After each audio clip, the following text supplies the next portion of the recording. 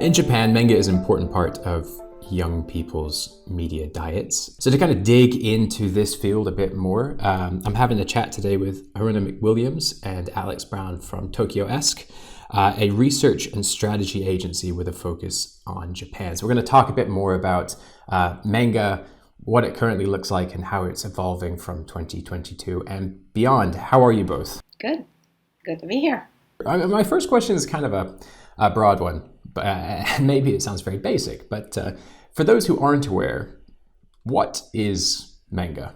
Fundamentally, it can be broken down just into two words: Japanese comics. Really, the word manga was first coined in the 18th century, but kind of really exploded in the kind of post-war periods as sort of Japan's lost generation, growing up in a new, post-World War II world, wanted something to kind of grab onto. And who is reading manga in Japan right now? Almost everyone.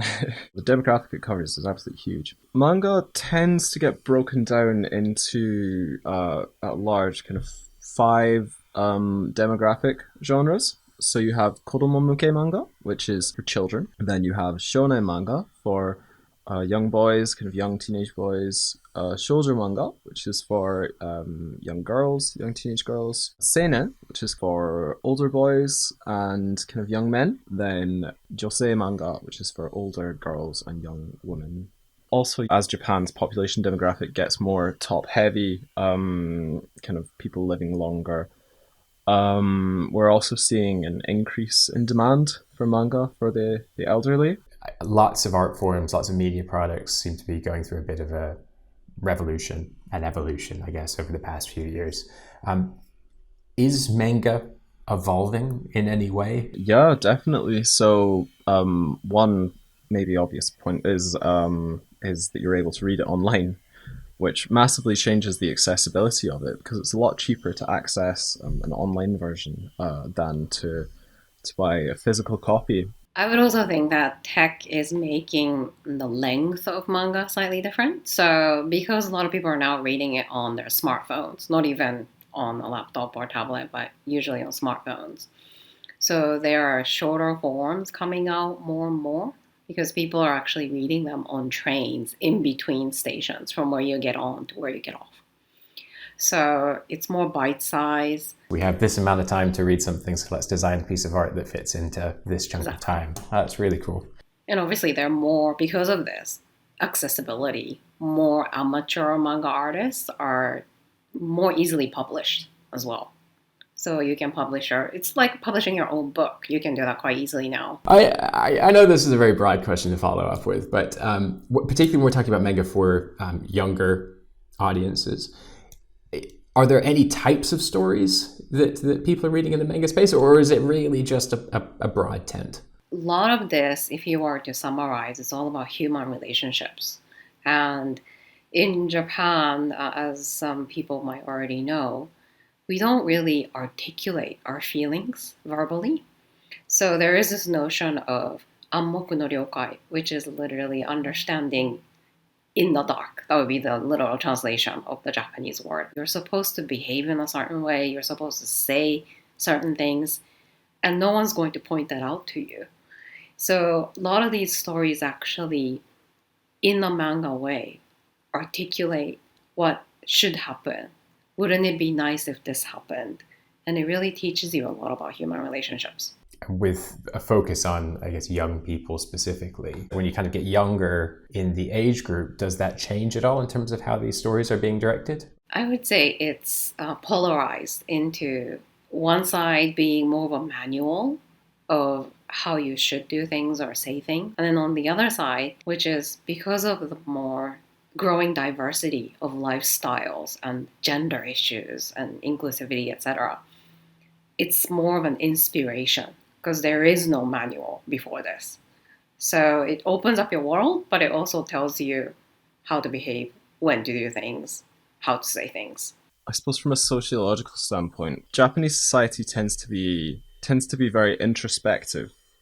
It likes sort of examining itself and comparing itself against the rest of the world. I think manga can kind of be a vessel for that. It's kind of a continuation of like their own discourse on Japaneseness. Absolutely. And to add to that, in Japanese culture, you're not always supposed to ask questions openly or ask for help openly. So even if you have a question in the classroom, you're not supposed to raise your hand and say, I don't understand, or can you repeat that again, or can you clarify? Because that's considered embarrassing. So in a medium like manga, you get to learn about those things without asking others to. So just taking what we've spoken about today, thinking again specifically, I guess, around young people, kids, teens, that sort of space, is there anything that other forms of media can take away from manga? Is there anything that they could kind of learn from this space? Absolutely. So it's visual learning first and foremost. I would say manga is a hybrid of books and movies because you still need your own imagination to fill in the blanks. So it creates a deeper connection to the story. And I think that's really helpful for children, especially as they're developing. Are there any themes, stories, narratives that you feel are maybe coming a bit more to the foreground in manga that you feel could be explored or expressed in different formats? Something like manga can really inspire you to think about how to communicate difficult topics to your friends, to your teachers, to your parents. It's not a top-down message, which is what you get in Japanese, especially Japanese schools. The point of view is almost peer-to-peer. So it's almost like a life buddy to you that can make you laugh, that can make you learn things, that can make you teach things that maybe your parents are having a hard time teaching you. It's a very good way of finding your niche, finding your identity almost. You can always identify yourself with somebody in the manga.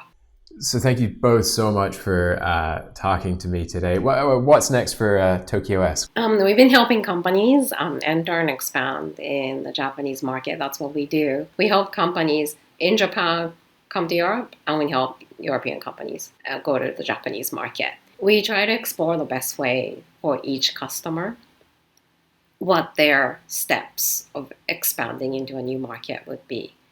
And because we have a market research background, we usually do this through three ways. One is research, so that involves market research, audience research. And then we actually do a bit more practical things, which is how do we actually get your products to that destination market?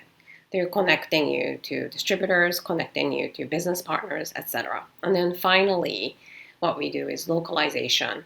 And manga is a great example of that. So we don't just translate the words, but you really have to have a cultural filter in order to make it mean something for the people in the destination market.